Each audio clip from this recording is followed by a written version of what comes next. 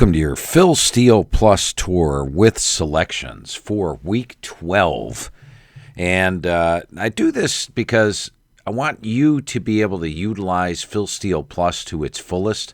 I've devised this site. It's what I use. I line the two teams up side by side. It could be FBS. It could be FCS. It could be NFL. And the site's color-coded in green and red. You've got the last 40 years' results at your fingertips, individual game stats. But I want you to be able to use the site to the fullest and give you some free selections. The free selection's been working out pretty well. 33 wins. 15 losses and 3 ties the last 6 weeks. First of all, remember, follow me on Twitter. It's at PhilSteele042. Just to give you an idea, I was looking at the site today. This is what I look at on a Saturday. I got these 12 TVs in front of my desk. I'm watching 12 games all day long on Saturday. I'll snap some pictures like at noon. And then when the 3:30 games kick off, this picture here looks like it caught action. It must be right at the start of the games. Caught action on every single game. Here's the Michigan State game kicking off. There's Nebraska. There's Syracuse. So and somebody's already scored here early in the game. And this is every Saturday you get these updated. 12 o'clock noon, 3 o'clock, and even NFL games. You know, and when the NFL kicks off, there's only I think there's only 9 games at the most that are up there. Like here's NFL action for a Sunday. So follow me on Twitter. It's at PhilSteele042. I put out all kinds of interesting things on that. But let's get to the site and see how to use Phil Steele Plus. First of all, we'll go to the Phil Steele site here, and we will go to FBS info, team pages. It's going to look like this on both sides. I always like to put the home team over here and the visitor over here. And the first game I'm going to look at today is USC at UCLA. So we'll put USC over here. We're going to put UCLA over here. Now, a couple things to note. To use the site fully, I want you to know that each team page has 2018, 2017, 16, 15, 14, 13, 12, 11, 10, 9. That's all at your fingertips. Color-coded green and red. You can see who won, what the stat line was for the game, what the average game grade was. Look, in 2009, USC played a really bad game against Stanford, 49.5 game grade. They lost that one 55-21. Their best game that season was at Cal, where they played to 100 game grade. The game grade takes into account not only the score of the game, but the stats of the game, who you played, and where you played them. All that's factored in. I find the game grade extremely valuable. We'll get more on that in a minute. Also available, you can get individual player stats. You can see for USC how JT Daniels' season has gone so far. He, of course, missed the Arizona State game with injury. Jack Sears came in. You could see that at a glance.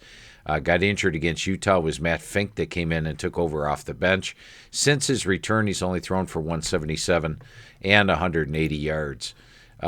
You'd last 40 years results, as mentioned. You can go back here to 1976.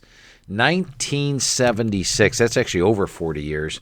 It tells you what bowl game they were in, what the spread was, who was favored.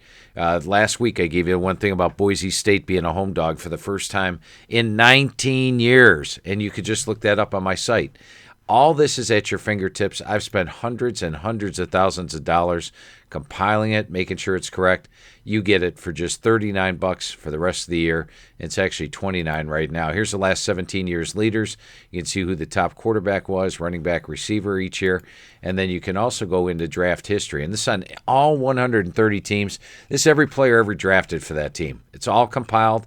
It's all in there. It's all broken down, even what position they played. The last 14 years broken down. But let's get into our first game, USC and UCLA. What I'm looking at in this matchup is a couple things. First of all, if you go back to USC's game last week against Cal, these are invaluable here, these halftimes. USC had a 237-69 yard edge at the half, yet only led 14-0. Now, you can go into the box here. It doesn't quite show it, but I go through the play-by-play of every game. USC got stopped on downs at the Cal 25-yard line, and later driving at the end of the half, fumbled at the 10-yard line with under a minute to go in the half. They should have been up more than 14-0. They were not. It ended up costing them. If you look here at Cal, Cal got a safety After the free kick, they got a 50-yard drive for a touchdown. Then after a quick interception, they added a 40-yard drive for a touchdown. So didn't really drive the football a lot. Only 11 first downs, 207 yards for the game. The safety and the interception set them up for both touchdowns, and all their scoring came within less than 8-minute span here. So it was a game USC lost, but I like the way USC played in the game. I thought they controlled the game for the most part. Probably should have beaten Cal in that one. They had a 277, 207-yard edge, 18-11 first down edge. Now, I always look for red numbers that jump out at me. We could see USC has played good run defense at times. They had a couple bad games here, but good run defense at times. UCLA, no, they have not. And in fact, in SEC or Pac-12 play, USC is allowing 233 yards on the ground, 5.0 yards per carry. USC allowing just 134 yards per ground in conference play, 3.7 yards per carry. So take a look at that. You got the better run defense. You got Ced Ware. Let's take a look at some of Ced Ware's highlights this year. Ced Ware had 159. Then here he didn't really do much, 173. Once again, nothing much here.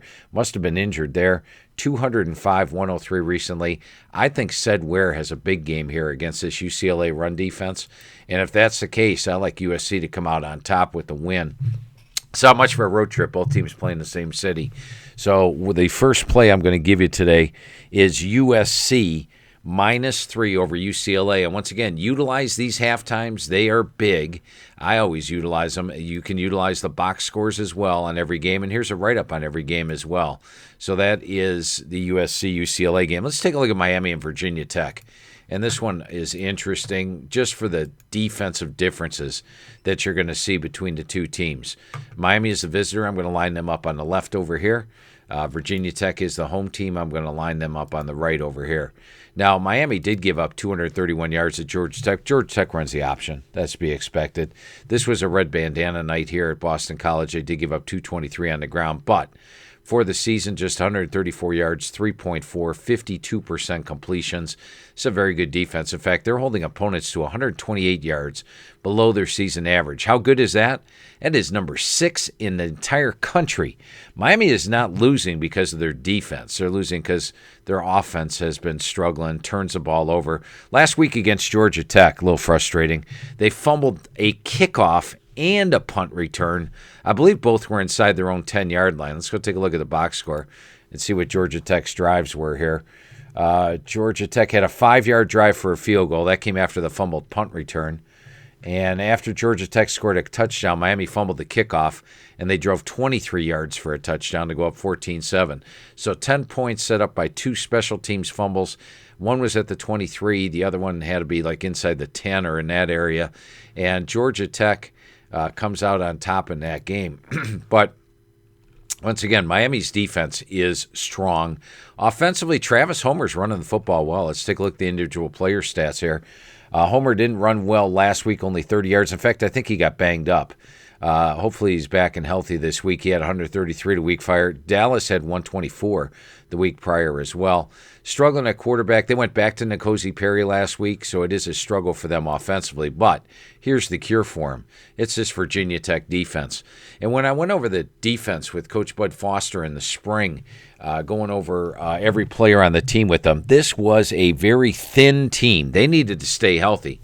And they were very young. A lot of true freshmen and sophomores that had not played on the defensive side of the ball.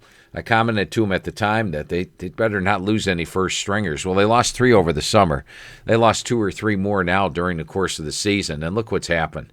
This once proud defense is just getting gashed. They're giving up 263 yards per game on the ground, 6.7 yards per carry, and on the season, 63% completions throwing the football. Teams aren't even throwing the ball. Look, Georgia Tech threw once, Pitt threw only 11 times. They don't have to throw. They're running the ball down their throat, and that opens up the pass game as well. So this defense is banged up, injured, and limping to the finish line for Virginia Tech.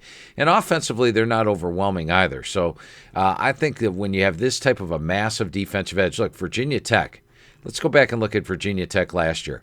They held opponents to 86 yards per game below their season average, number 14 in the country.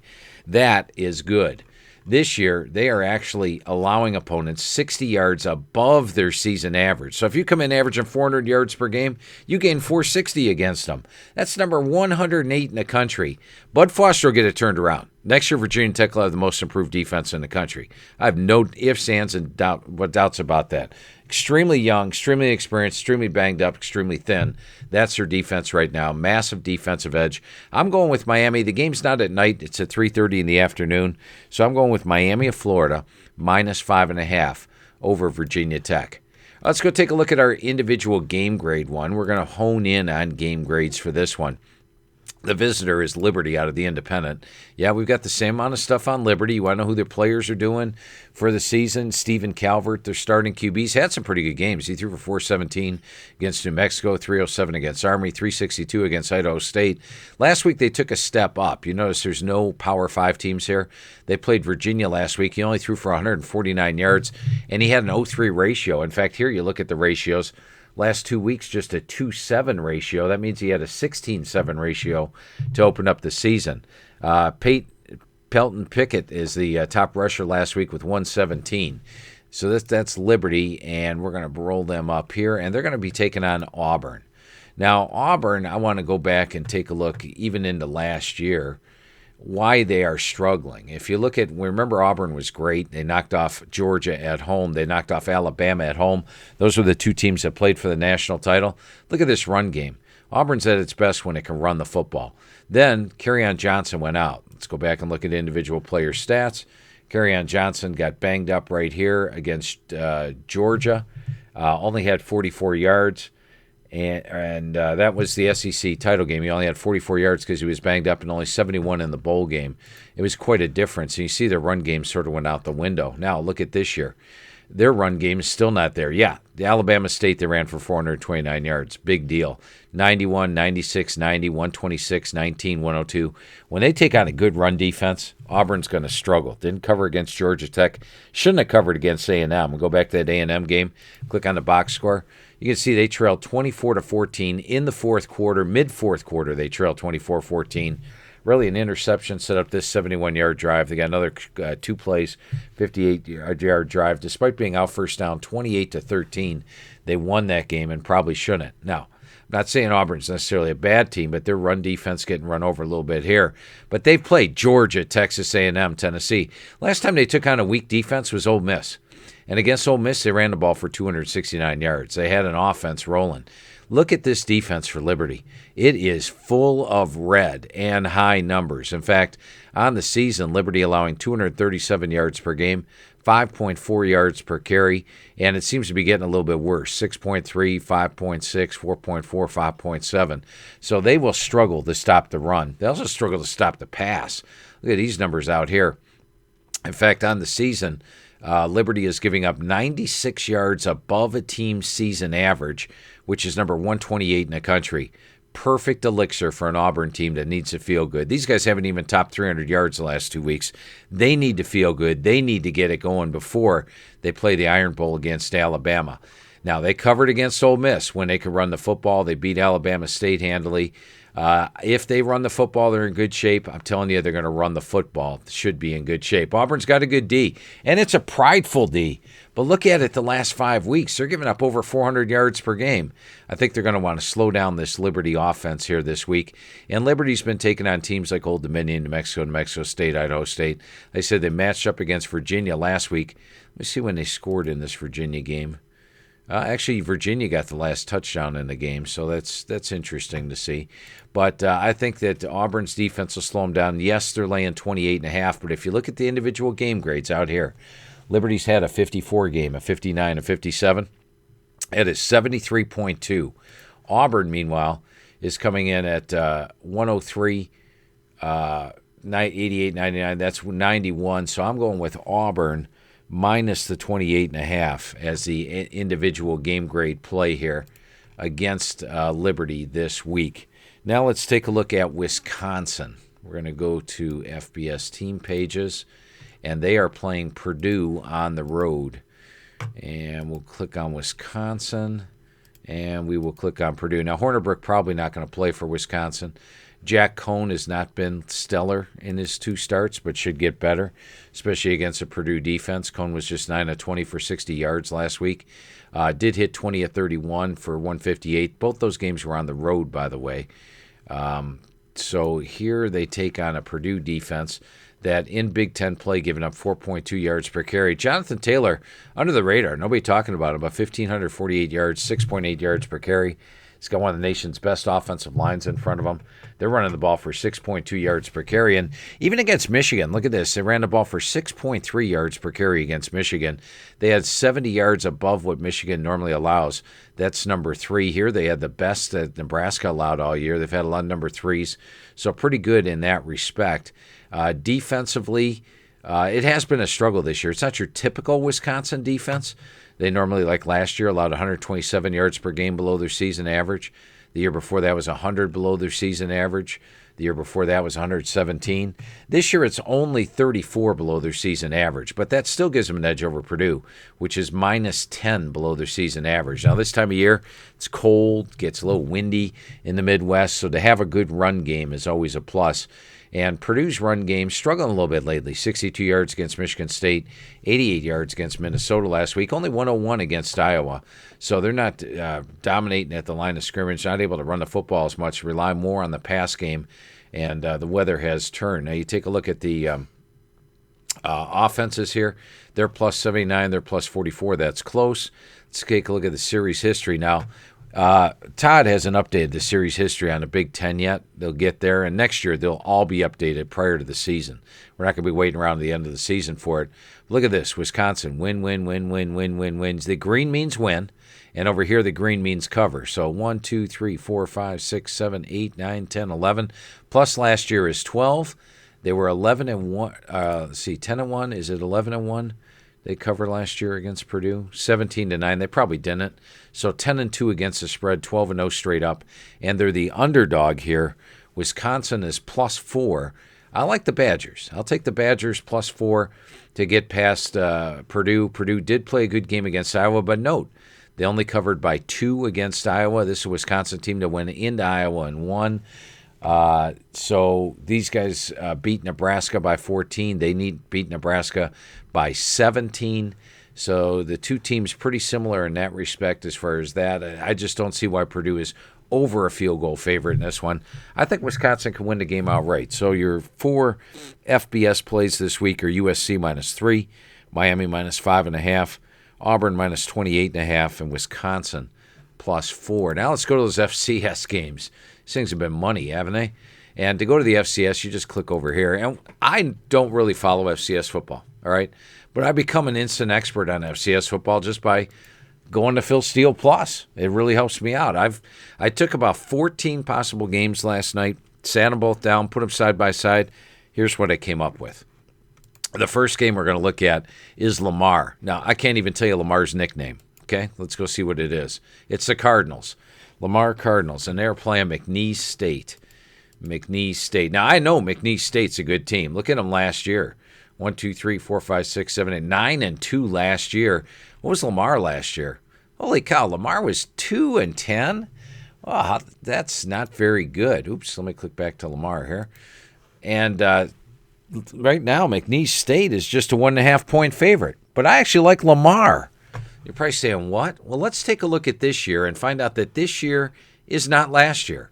And I found this pretty interesting last night. Look how Lamar started out the season. They were 2-9 last year. They started out the season. They got pounded by Texas Tech. They lose to Northwestern State. Not a bad game. Lose a couple games. They're 1-4. They're going nowhere. It's the same old sorry-ass Lamar. Again, what? They beat Incarnate Word. Incarnate Word's actually got a pretty good team this year. They beat them 27-21. They beat Sam Houston State. Now, let me show you a little bit about Sam Houston State. Well, actually, I'll get to that in a minute. But let's take a look at their last 5 games. Beat Incarnate Word, beat Sam Houston State, SF Austin, Central Arkansas, Houston Baptist. And look at the yards. Plus 184, plus 21, plus 77, plus 94. Over the last 4 games, they are plus 94 yards per game. So they are in good current form, playing well. Here's McNeese State. Dominant team. Start out the season well, 5-1. Look at their last three games. Against that same Incarnate Word team, they lost by 28. They beat Central Arkansas State by 2, or Central Arkansas. They beat Central Arkansas by 14. They lost to Southeast Louisiana by 17. They earlier lost to Southeast Louisiana by 6. They lost to Northwestern State. Also by 3, they lost to Northwestern State by 1. So if you're comparing this year's team to this year's team side by side, I'm saying these guys are a little better. And look at the last 4 weeks. Whereas McNeese was playing well good at the start of the year, how about minus 168, minus 108, minus 135, minus 86? They are minus 124 yards the last 4 weeks. They're leaking oil. Look at it. They're not running the football. They're only averaging 2.6 on the season. Meanwhile, Lamar's running the ball for 4.9 yards per carry. And they're only throwing for 195. They've allowed 35 sacks on the year. There's a lot of things wrong with this offense for McNeese State. Look at the red. They've one game since the second game of the season. They've topped 300 yards. Here's conference play action. They are minus 64 yards per game.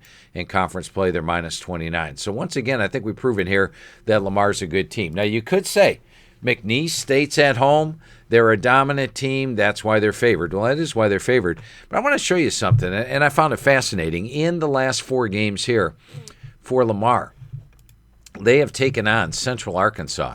I want to show you Central Arkansas because if you're concerned McNeese State's a good team, Central Arkansas last year was 10-2, and this year they were 1, 2, 3, 4. They were 5-2. They went to 5-3 with the close loss to McNeese, and then they played Lamar. They lost by 14. So they beat a blue blood here, Central Arkansas, and they beat them on this turf. You see that turf? Pretty funky, purple and gray. They beat them there. 38-24 with 512 to 435 yard edge. So they beat a blue blood on the road. I like that. The other team they beat recently is Sam Houston State. Now, I'm sure you're familiar with Sam Houston State. Sam Houston State last year in the playoffs, look at this, dominant. They roll. Even beat Kennesaw State. They lose to North Dakota State. The previous year, they lost to James Madison, but all these games are late in the playoffs. Each time they go deep in the playoffs. Sam Houston State is a blue blood.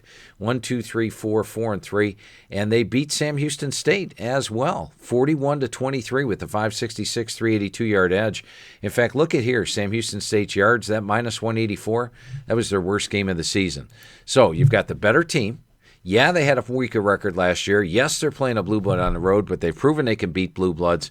I am taking Lamar plus 1.5 over McNeese State this week. I think McNeese is favored based on reputation.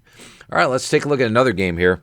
Davidson against Butler. Now, a couple weeks ago, I went against Butler. I don't got anything against Butler, but I do have their rush defense I don't like. So that's one thing I want to note. Now, here's Davidson, and they made some headlines this past week. Remarkable game. 789 yards rushing against San Diego. Yet they came up short on the scoreboard. That's pretty tough to do. That same San Diego team, by the way, beat Butler 42-13.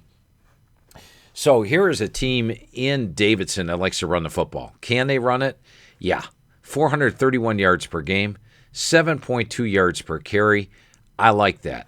Butler can run the football decently. It's an average rush offense, 135 yards per game rush, 4.2. But Butler gives up chunks of yards on the ground.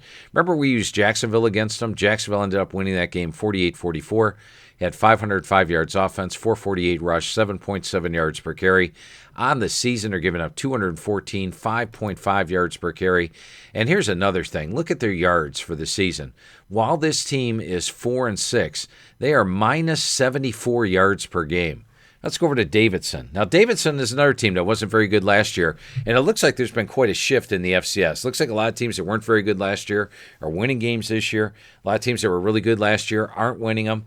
Once again, I don't follow the FCS really on a regular basis, but just by going to my site, I become an instant expert on it. Well, this year, they are plus 85 yards per game. So plus 85 yards per game, minus 74 yards per game. Run the football well against a team that struggles to run the ball. Average offense against, let's face it, Davidson doesn't have a great defense. Their defense is comparable to Butler, except a little better against the run. They only give up 188 yards per game on the ground. They give up 214, give up a better yards per carry on the ground as well, give up a lower completion percentage, 57% to 62%. So defenses are close. Offensive edge here. Home edge goes to Davidson. And then this is a big advantage. Plus 85 yards per game, minus 74. And you add this all up, and I'm going to take Davidson as a home underdog. They're an underdog here. They're 1.5-point home underdog. I am going to take Davidson. And once again, on these small college teams, even on a team like Butler here, who, don't really know too much about them, you could go back on Butler and become an instant expert. Go all the way back to 2010, get every single game, color-coded green and red. Look at the series history between these two. Everything you want to do, it's all right here on philsteele.com. Now let's go to our final game. And before I get to it, I do want to talk to you and see if I can handle it this week. We're going to go to the store, and we're actually going to buy it at a discount. We're going to go to Phil Steele Plus. I'm going to click on that. I'm going to order the $39 now for the season pass. And now I'm going to go to the checkout. When I go to the checkout, I'm going to apply the coupon here, see if it works. I'm going to type in the code word tackle. And I'm going to, first of all, get rid of this 2 here. I'm going to make that a 1. I'm going to apply the coupon. And, well, that's because I bought 2. Let me buy 1. Update my cart. As you see, it's normally $39. It'll take you down to $29. This will get you all the way through the bowls. You're going to want to line up every bowl game side by side, aren't you? $29, you can do that. And you could go back and look at how the teams have done in every bowl game for the last 9 years. In the FBS, as an example, if you want to see how, let's say, Clemson has done in their bowl games, here's your bowl games right down here. You can see how they did against Alabama. You can see how they did against Ohio State and Alabama. It's all there. If you want once again, if you just want the cursory thing, by the way, star charts I didn't show you. This shows you where the injured teams are, who the injured teams are not. We'll have those 100% updated for the bowls as well. But the last 40 years results for Clemson, here's all your bowl games right here, right at the bottom, clearly noted. You can see how the team does in bowls, statistical, who the head coach has been, conference ratings, statistical ratings, it's all there. So $29 gets you that. Also gets you the NFL through the Super Bowl. We still got half the season of the NFL left, then all the playoffs of the NFL. We're talking $29 through February, guys. Rest of November, all of December, all of January. That's pennies on the day. And now let's go to the NFL. And let's go to the home page here somehow. Got to get out of the store. Okay, we'll go to the home page and go to FBS. Not FBS. We're going to go to the NFL information. I like the NFL team pages because of the logos. And the game I'm going to look at is a game nobody's going to really watch this week. It's Arizona and Oakland. And I'm going to bring it up because, once again, when I see a big swath of red like that, look at this red. That's amazing. Isn't that amazing?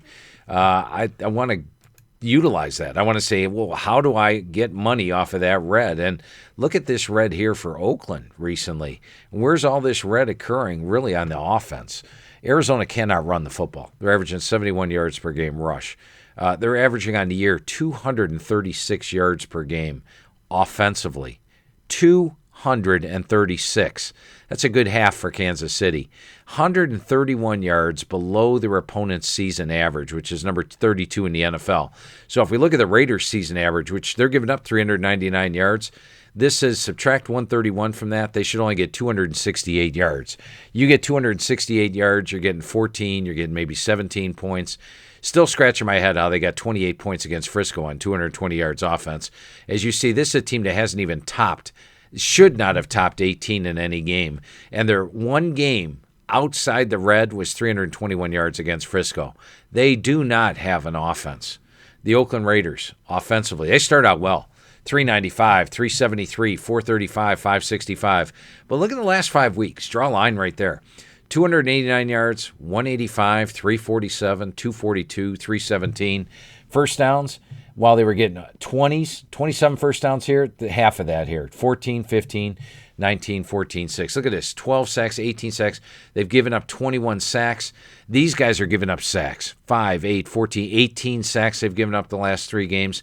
And Arizona defensively surprised me. They surprised me against Kansas City last week. They had the season's best against Kansas City last week. The week before, they had the second best against Frisco. They had the second best against Denver. They're holding opponents to 26 yards below their season average. That's number 6 in the entire NFL. So good defense, horrific offense. That leads me to think under, and if you look at the majority of their games, they've been under. Oakland's offense has been pathetic. Other than the 28 they put up against Indianapolis, 3-6. As I mentioned, they had been good on offense. They're not anymore. Defensively, they're not great, but it's not like Arizona can exploit that. And even last week, they took on the Chargers, and they held the Chargers to a season low 64 yards below their season average last week. That means their defense actually played their best game of the season last week. So you have two bad offenses, good defense, and a getting better defense. The total's actually in the 40s. It's 40.5 for this, 41. It's 41. I'm going to go with under 41 in Arizona and Oakland. And once again, for the NFL, you can get individual player stats just like you can in college football. And you can go back and get all the other stuff that you can in college football as well. So that's the way to use the Phil Steele Plus tour. Take the $29 or take $10 off and get Phil Steele Plus for the rest of the year right now for just $29. Go to the store and get it. Become an instant expert like this. Break down every game. You're going to want to break down every bowl game, every NFL game for the rest of the season. And let's hope the picks continue to roll on, 33, 15, and 3 over the last 6 weeks for these plays.